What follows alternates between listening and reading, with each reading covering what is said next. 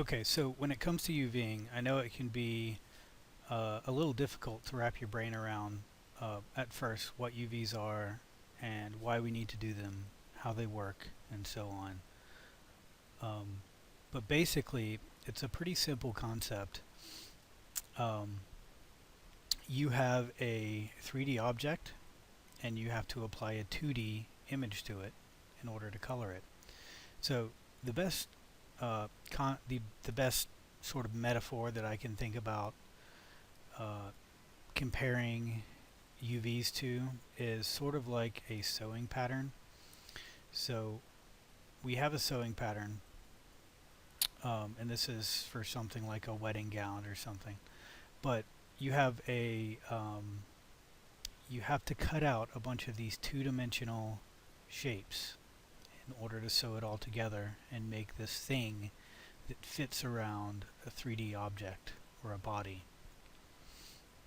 So when it comes to thinking about UVing, it's sort of like the opposite of that. You have a 3D object and you have to fit a 2D object to it. So we have to cut up this 3D object and make it 2D in order to apply a 2D or two-dimensional texture or image to it. So we have color and variation and painting and little designs and so on.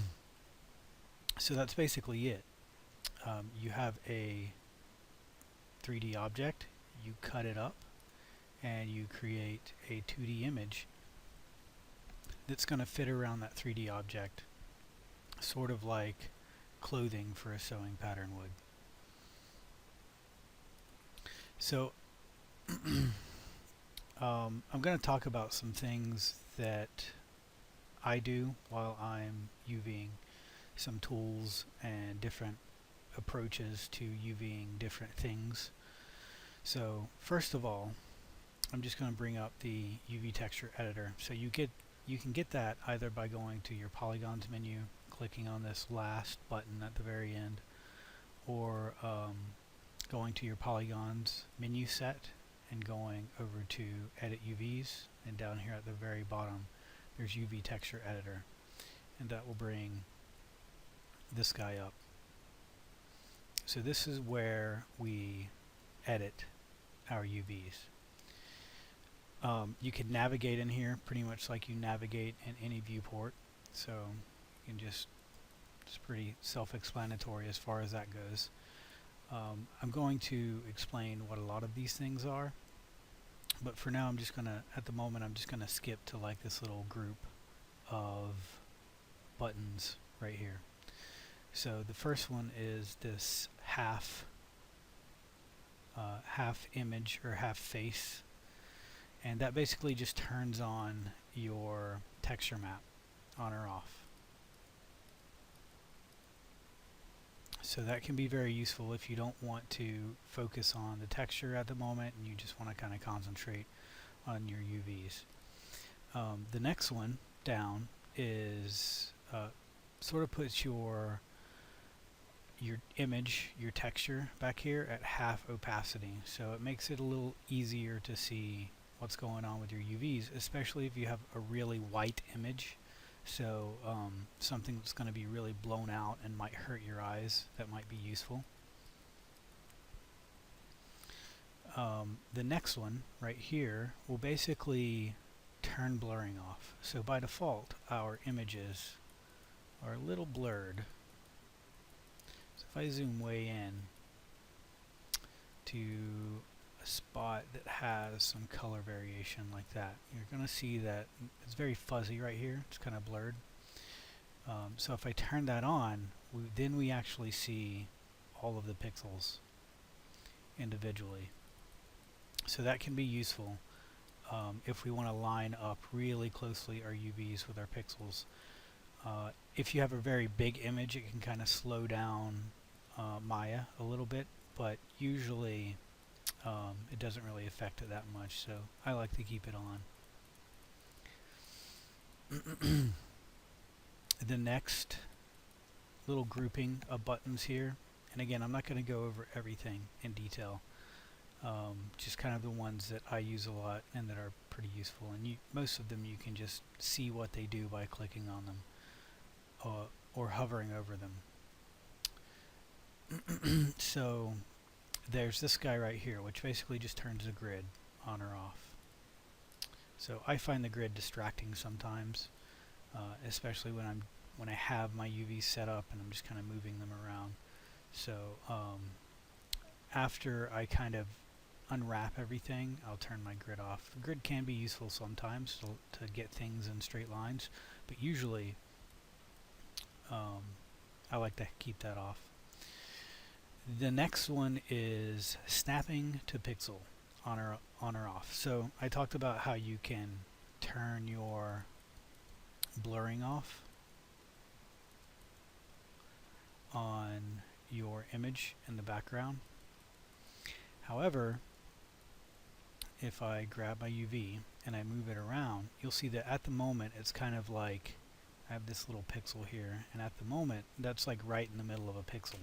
So it's not getting the entire pixel in that UV.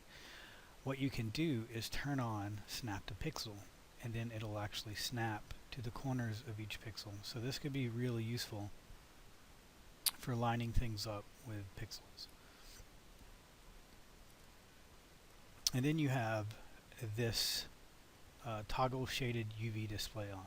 So if I turn that on, all my UV shells or islands, so a shell or an island is basically a group or a patch of UVs. So all these individual pieces are referred to as a shell in Maya. So if I turn that on, all my shells will turn blue. And that basically means they're all facing the right direction. So if I were to grab one of these shells and flip it around, and again I'll explain what a lot of these are over here, but at the moment I'm just kind of working on these. So if I flip that around, it'll turn red. So that basically means that this is no longer in the correct sort of orientation. So if I write anything on this object, if I have any text, then if I look over here, you'll see that now our little symbol that we had on the left and the scar was on the right side of our character, they're now flipped. So it's not always necessarily a bad thing. It all depends on the type of model, if it's for a game or film, or if it's from a very low poly game that's not going to use normal maps or so on. It's not always a bad thing to have flipped UVs, but in most cases it is. So that's basically what that guy is going to do. It's going to tell you if you have your UVs oriented in the right direction, and that can cause problems with unwrapping our UVs too, which I'll explain later. I'm just going to flip that guy back around, and that's basically it. That's sort of the some of the tools that I use to kind of toggle on and toggle off as I'm UVing to kind of just help me UV. The other tools over here will actually affect the way I move and pull and push UVs around. So I want to talk about a few different ways to approach UVing for a few different objects. So first of all, you have a few mapping options. So how you would want to map your UVs. And you could go in and sort of cut things up and move them around as you wish, but kind of want to just talk about I guess the different approaches I take. So the first thing that's very useful before you even get into UVing,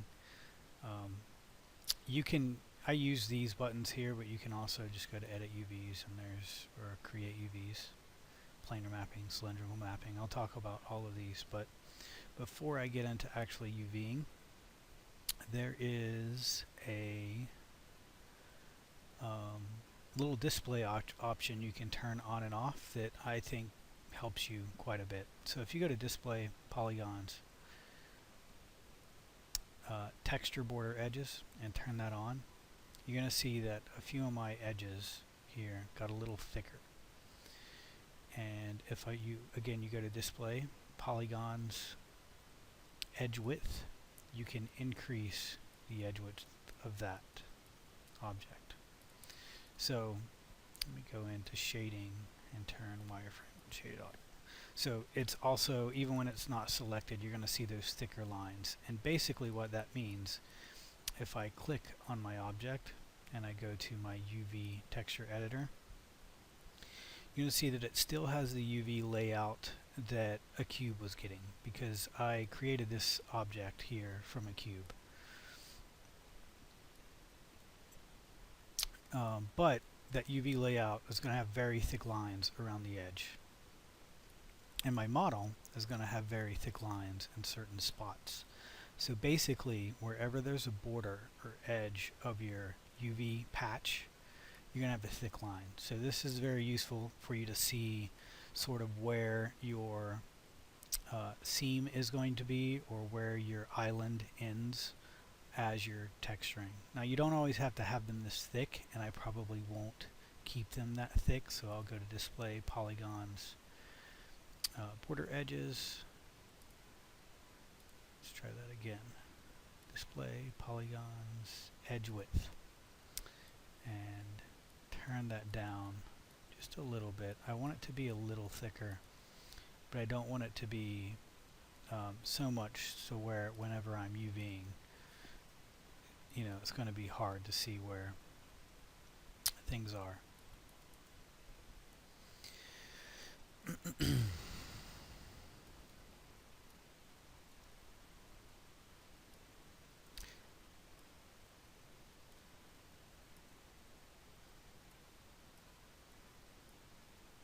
So when it comes to UVing a very geometric shape or a geometric model, this one has a bunch of 90-degree angles, I generally start out by using a automatic map. And basically what an automatic map will do is use planes in order to try to map this out in the best way possible. So just click automatic map, and you'll pretty much see what that does. It's going to go ahead and map everything out into a very geometric shape. And in this case, it actually fills out our UV space pretty good. Let me keep that up there. So whenever we create that automatic map, I didn't really go into the options, but all those options are still going to be there in our history, so our channel box. So if I go to my object and I click on poly auto projection, that's my automatic map node or chunk of history that was sort of created. So we can either edit settings here in our channel box or go to the attribute editor, and we're going to find it there too, poly auto projection. And so basically Maya throws up all these planes, and it's going to search for the closest polygon to it. It's also going to have the closest angle to that specific plane. So this plane here is going to be mapped to this plane, and so on. Over here in options, we can choose some different things. So I like to keep my automatic projections at 6. If you switch them to something like 5, things start looking a little odd. And 3, and 3 usually looks about the same as 6, but I like to use 6 because sometimes if you use 3, you'll get a bunch of flipped faces in here, so I like to use 6. You have less distorted. In our case, it's not making much of a difference into a square, so it's going to try and fit all those UV patches into one square. You have overlap that's going to just put them all right on top of each other. You have a long UV, which is going to put them in a nice little line. And tile. I like to just use into square. So that's basically it as far as an automatic mapping goes. Now once you have your automatic map, and this is something you would use again for a very geometric object, anything non-organic like a vehicle or a house or some sort of building, I would use automatic mapping first and then kind of go from there. So once we have our automatic map, we can kind of go in. I like to pull all of my UVs to the side. So you're going to see me using marking menus a lot, especially while I'm UVing.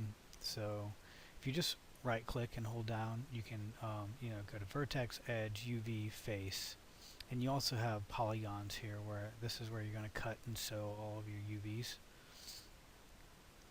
And then if you hold down control, right click, this is where you're going to convert your selections.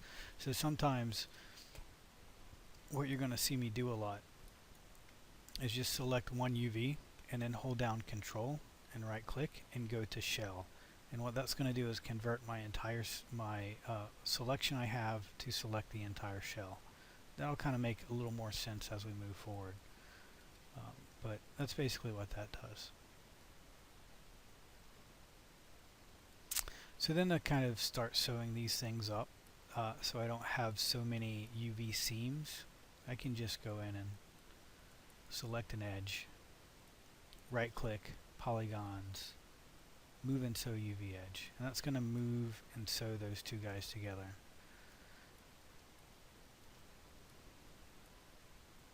So I gotta find them. Yep, there they are. It's always going to sew the smaller one to the bigger one. In this case, they're the same size, so it didn't exactly do what I wanted. So go to edge, select an edge, right click, polygons, move and sew again, kind of jump that to where I didn't want it, but you sort of get the point.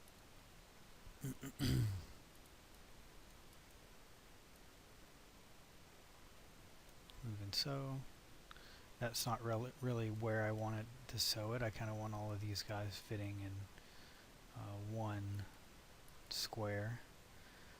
So a lot of times what you can do, if you want to know where your edges are connected, you can either look in your 3D view. So if I zoom in here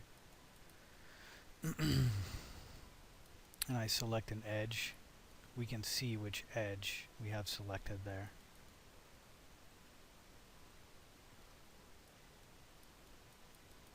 So we can kind of move and sew things up. If you want to cut open a piece or cut apart a piece, you can just select an edge, right click, and go to cut UV edges. And again, that's going to kind of disconnect it or cut it apart from our selection there.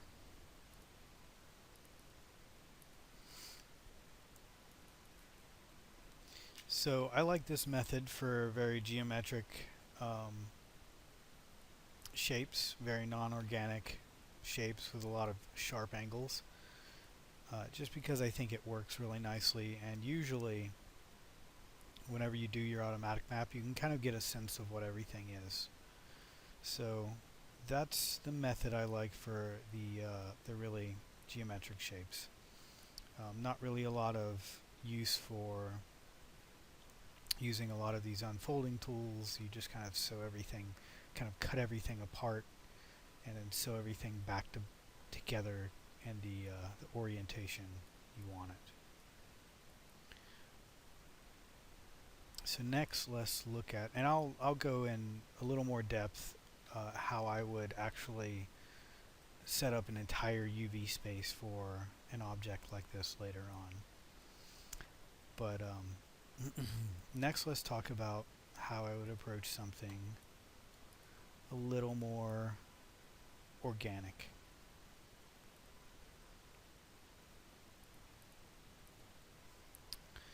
So if you have something like this,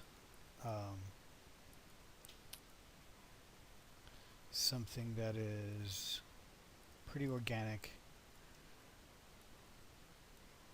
a lot of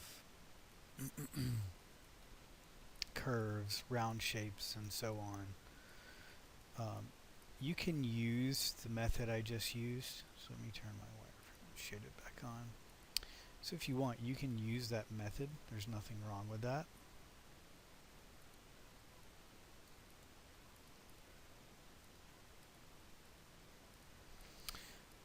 So if I go to UV texture editor, you'll see that right now our UVs are just kind of nuts, and they're red because we have our toggle UV thing on, and it's just saying these are all overlapped and they're just crazy at the moment. So again, the first thing I would do is go to display, polygons, and texture, border edges. So we're going to see a bunch of those all over the place where we have thicker lines and areas, because that's where our seams are. So if I go up and do an automatic map, so create UVs, automatic map, it's going to be a little better. We're actually going to kind of be able to make out what everything is here. But it's going to kind of put a lot of seams in places where we don't want them, and it's kind of cutting up things and kind of orienting them. We just don't have a lot of control over it, and even though we can kind of tell what things are, it's a little difficult, or it's just going to be a lot more work to sew all these little tiny pieces together and figure out where they belong. So let me talk about real quick what the other mapping options do. So if we go back to polygons, you're going to see that we have planar mapping. So if I do a planar map, sometimes it doesn't want you to do an automatic map first, just because of history probably.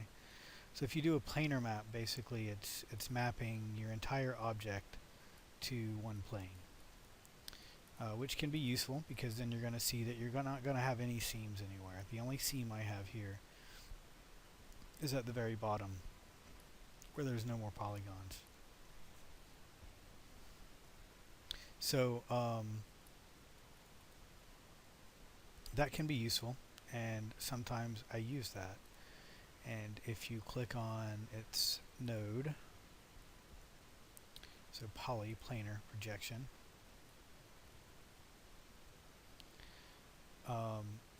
you have some options here. Really, the main one you're going to mess with is probably the not the rotation angle, the rotate node. So at the moment it's mapping it straight on, so maybe I would actually prefer to have it mapped sort of at like an angle like this. So what I could do is change Y to something like 90 degrees, and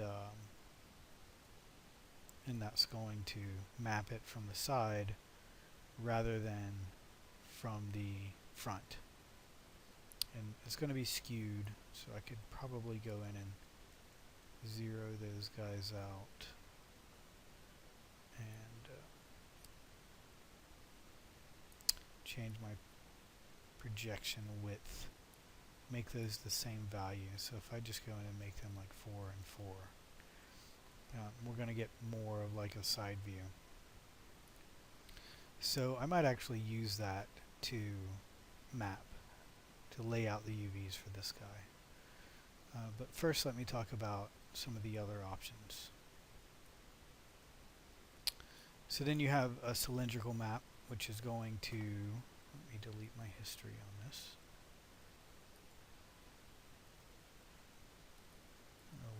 wants me to do a automatic map first.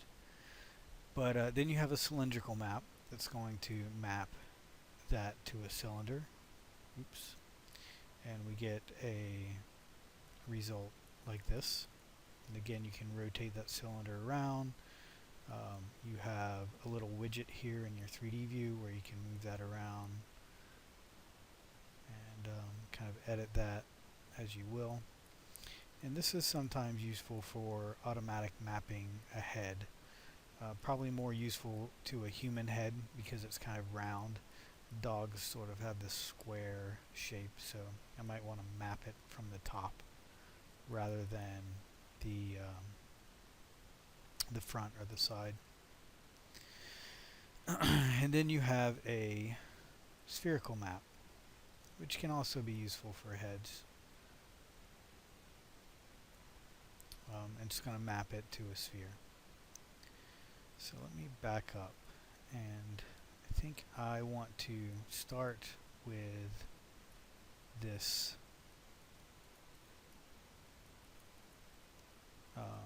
planar map. So the benefit of starting with something like a planar map or a cylindrical map is that we don't have any cut edges. So it's kind of, so imagine at this point, if this is our clothing, I talked about the piece of pattern, like the sewing pattern before. So imagine this is it when it's already sewed together, when the pieces have been cut out and sewed together. And now I need to take that apart again. So I need to cut those out again, cut all those seams, and lay it out on the pattern again. So because I did a planar map and there's no seams here, that means I can just put them wherever I want them at this point. So I think the first thing I want to do is cut this guy in half, just because I think that might be a little easier to deal with, 1/2 at a time. So I can do that in two different ways. I can either just select, so I'm just double clicking the edge and getting that,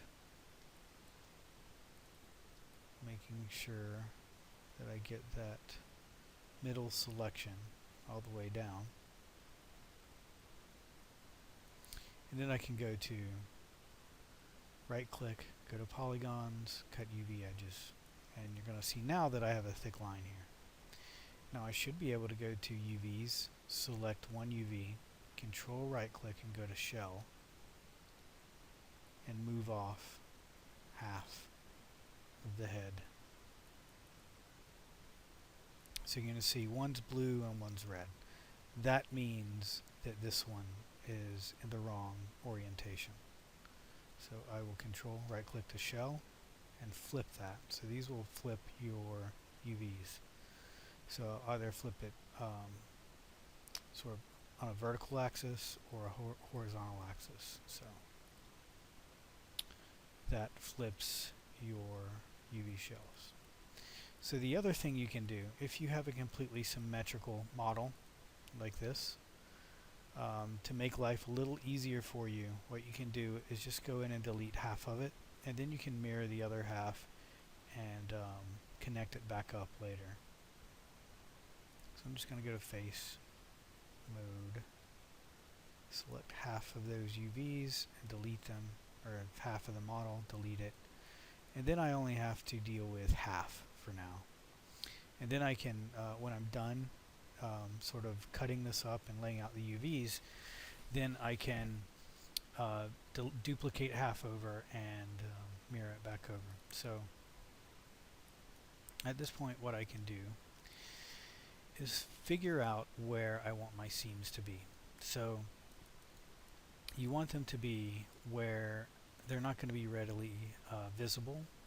You might want to hide them on a crease somewhere. So maybe under the jaw here, you can make a seam.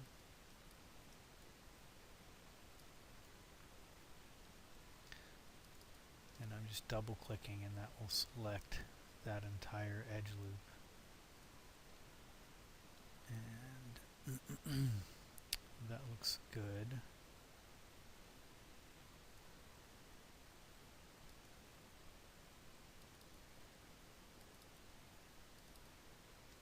just going through and kind of figuring out where I want my seam to be. And I might need to change this, so after I make the initial cut, I might want to change it to, I might want to cut things up or sew them back together.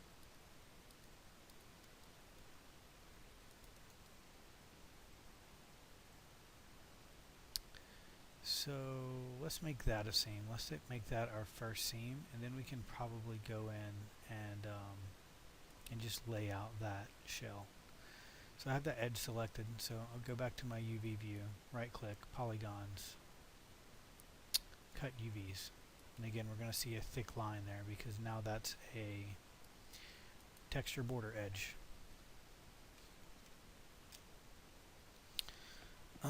So I can right click, go to UVs, select a little group of UVs, and then control right click and go to shell.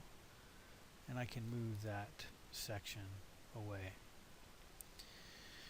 So now let's talk about some of our other tools up here and how useful they can be. Let's move our head down over here and scale them all down. And I'll move the little neck part over here.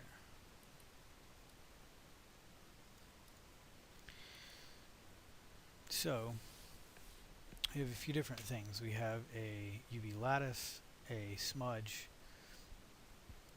move UV shell tool, usually, and we have this shortest thing and a smooth UV.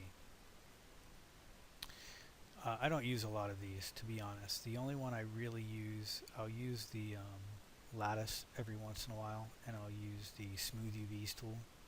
So if you want to figure out what these do, feel free to kind of play around with them.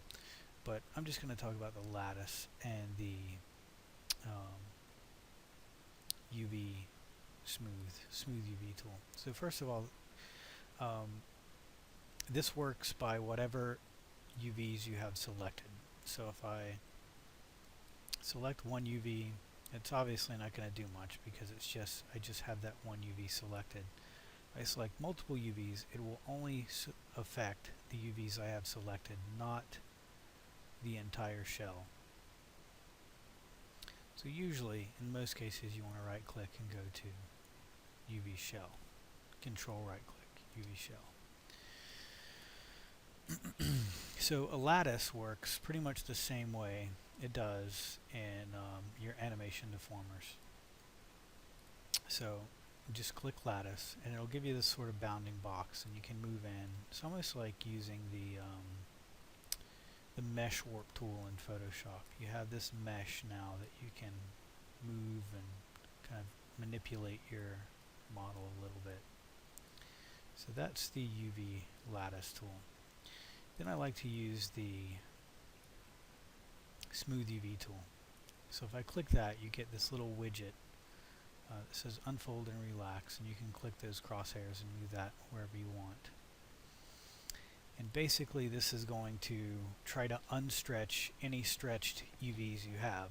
So if you just click unfold, click and drag, it's going to try and unfold everything so they're no longer stretched out. You can continue clicking that.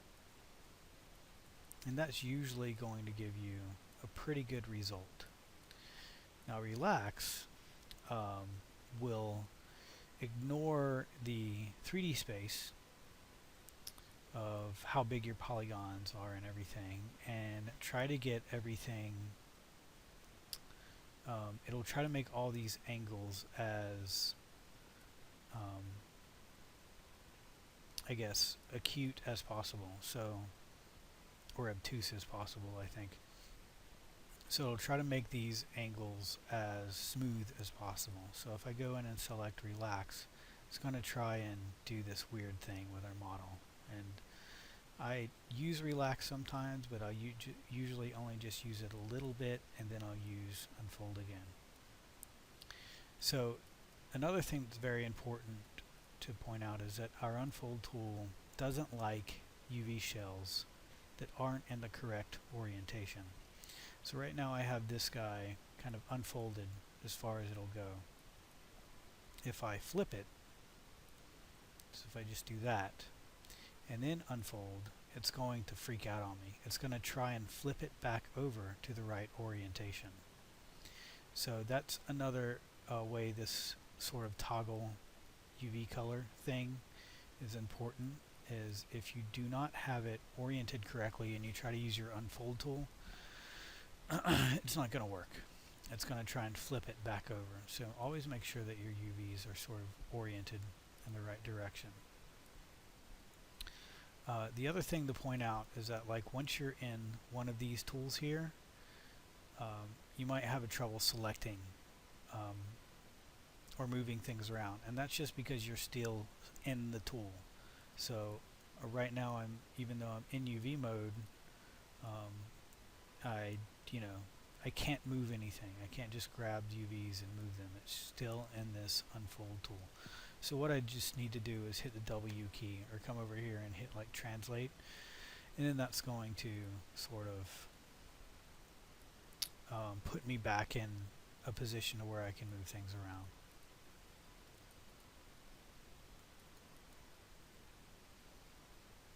So that's something I would do for this entire model, is just cut things up where I want the seams to be and unfold them. And again, I'll go into depth in the future on how I would lay out something specifically like this. Let me talk about some of these other tools real quick though before I move on any further. So we've already kind of discussed the flip UV tool. So if I select UVs, I can either flip them horizontally or vertically. If you want to rotate them, you can hit your E key just like you would rotate a model and rotate that around. Or you could rotate them to a fixed degree angle. So this will rotate your object 45 degrees. So if I click that, it rotated that 45 degrees, and I'll just kind of rotate it around in either direction 45 degrees. So that's something I use a lot.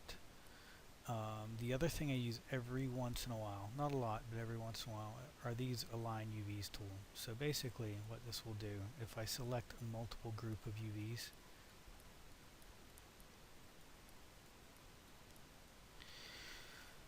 and then I hit one of these buttons, it's going to align those UVs to either the leftmost selected UV, the rightmost selected UV, topmost, or bottommost. So something like this selection here, if I hit this button, it's going to align them with all of these UVs, with this one UV, like that. Didn't have that one selected, so it's going to do something like that. Just make a straight line of those based off of that leftmost UV where the arrow is pointed. And then this will do the rightmost UV, and the bottommost UV, and the topmost UV. So that's a very useful set of tools.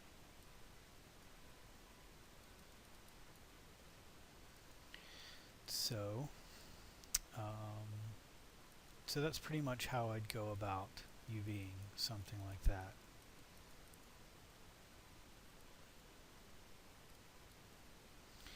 Next, we can look at something that's a more complicated shape. So how would I UV something like this? In all honesty, I wouldn't. This is a very difficult, complicated shape. Trying to UV it would just be a big headache. So if I look at the UVs this already has, it's basically UV'd like a cylinder is, which could be okay unless you wanted to edit these in any way, and it's just impossible at that point. I could try doing something like an automatic map, but then I'm going to get something that's just sort of impossible to work with. Cylindrical map, again, same thing. Sorry, that's a spherical map. Cylindrical map and planar map are all going to give me stuff that's just really hard to work with for a model like this. So the solution to that is kind of just knowing what you're doing as you're modeling, thinking about UVing something as you're modeling, and realizing that this is going to be a difficult thing to UV. So what you would want to do is UV it before you actually make it this shape. You know, so for an example would be like a piece of rope or a wire or maybe some pipes or something like that. If you wanted a texture, a rope texture to this, you would probably want to think about UVing and texturing it before you make it in this shape. So you would make something like a cylinder, which is going to UV a lot easier. You know, I just have a cylinder here, so I could use something like a cylindrical map or even an automatic map, and I'll get something you know, mapped correctly, and I can apply like a rope texture or something to that. And then I could go in, I could add a joint system and bend that around, or I could even use some deformers. So I can go like to animation, create deformers, non-linear, use something like a twist deformer, and just hit create.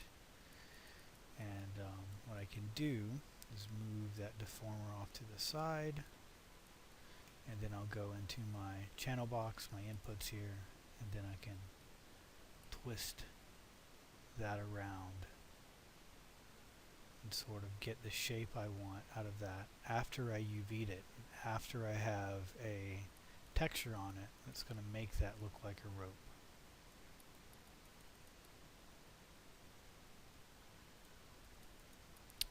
So when it comes to really complicated options or objects like this, think about UVing them before you deform them to some crazy shape that's just going to be impossible to lay out UVs for. And a lot of times you'll just be modeling, not thinking about it, and you'll make a shape like this and go to UV it, and you realize it's just something that's impossible to UV. So your only option at that point is just to recreate it or create it in a smarter way, which is fine. You know, it may take a little longer, but after you already know how you want it shaped, you can lay out the UVs for it and then deform it in some way. It'll just make things a lot easier for you.